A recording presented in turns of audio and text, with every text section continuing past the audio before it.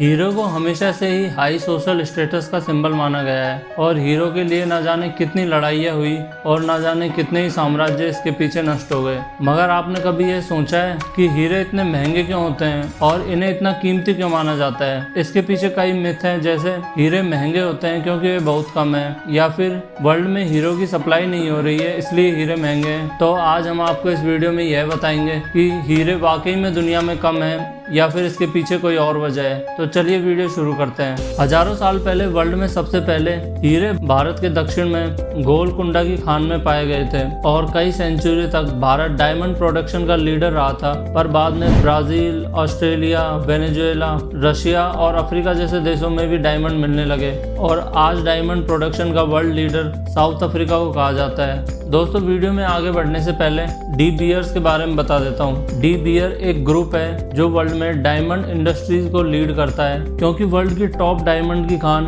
D bears के पास है। 1800 से 1990 तक डी बियर्स वर्ल्ड में 90% हीरो की सप्लाई करता था, मगर यह आज घटकर सिर्फ 50% रह गई है। दोस्तों, बात करते हैं कोई भी चीज की प्राइस कैसे डिसाइड होती है। तो किसी भी चीज की प्राइस उसकी डिमांड और सप्लाई पर निर्भर करती है। जो चीज मार्केट में अधिक होती है उसकी प्राइस उतनी ही कम होती है। ऐसा ही हीरो के साथ भी हुआ। दोस्तों, हीरा पहले रेयर माना जाता था और इसीलिए इसकी प्राइस हमेशा अधिक थी, मगर 1800 सेंचुरी में साउथ अफ्रीका की कैम्बरली सिटी में हीरे की खान मिली तो यह इतनी बड़ी थी कि इससे निकलने वाले हीरे मार्केट में हीरो की प्राइस को कम कर सकते थे और इसी वजह से डी बियर्स को डर था कि इस खान से निकले हीरो की ज्यादा सप्लाई से इनकी कीमत कम हो जाएगी, जिससे उन्हें कम प्रॉफिट होगा। और इसी डर से उन्होंने सभी माइनिंग कंपनी को मिलाकर एक कार्टेल बना लिया जिसे डी बियर कार्टेल कहते हैं और यह डिसाइड किया कि डायमंड की मार्केट में सप्लाई कम करनी है जिससे प्राइस हमेशा अधिक रहे। दोस्तों, यह वैसा ही है जैसे अरब कंट्री ऑयल की प्राइस को ज्यादा रखने के लिए ऑयल की माइनिंग कम करती है जिससे ऑयल की प्राइस हमेशा ज्यादा रहती है। ऐसे ही डी बियर्स ने हीरो की माइनिंग कम की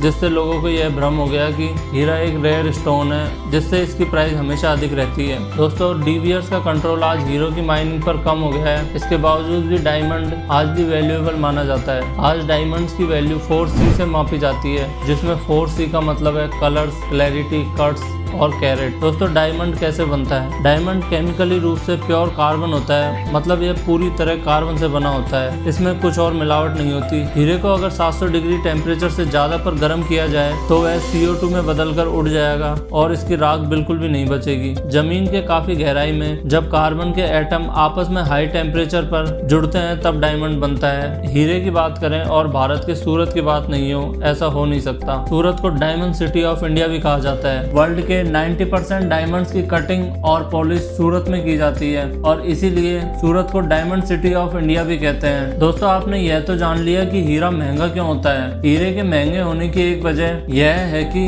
हीरा एक पत्थर की तरह खानों से निकाला जाता है। इसकी कटिंग और पॉलिश पर बहुत अधिक खर्चा आता है, इसी वजह से यह और महंगा हो जाता है। दोस्तों, आप यह भी सोचते होंगे कि हीरे महंगे होते हैं, मगर इनमें सबसे महंगा हीरा कौन सा है? तो आपको बता दूं कि कोहिनूर हीरा, जो आज दुनिया का सबसे बेशकीमती हीरा है, यह भारत की गोलकुंडा की खान से मिला था। दोस्तों, यह भारत के कई राजाओं के पास रहा और इसके पीछे कई लड़ाइयाँ भी हुई, मगर 1849 में जब दिलीप सिंह पंजाब के राजा थे तो वे अंग्रेजों से एक युद्ध हार गए और उन्हें यह हीरा अंग्रेजों को देना पड़ा। उस समय भारत पर ईस्ट इंडिया कंपनी का राज था और ईस्ट इंडिया कंपनी ने यह हीरा इंग्लैंड की महारानी को गिफ्ट कर दिया और तभी से यह हीरा क्वीन के ताज में लगा हुआ है। दोस्तों, बात करें कोहिनूर कितना बड़ा है, ऐसा माना जाता है कि असली कोहिनूर 793 कैरेट का था, मगर अब यह सिर्फ 105 कैरेट का रह गया है। आपको हीरो के बारे में जानकारी कैसी लगी कमेंट बॉक्स में जरूर बताएं और ऐसे ही इंफॉर्मेटिव वीडियोस के लिए चैनल को सब्सक्राइब कर लें।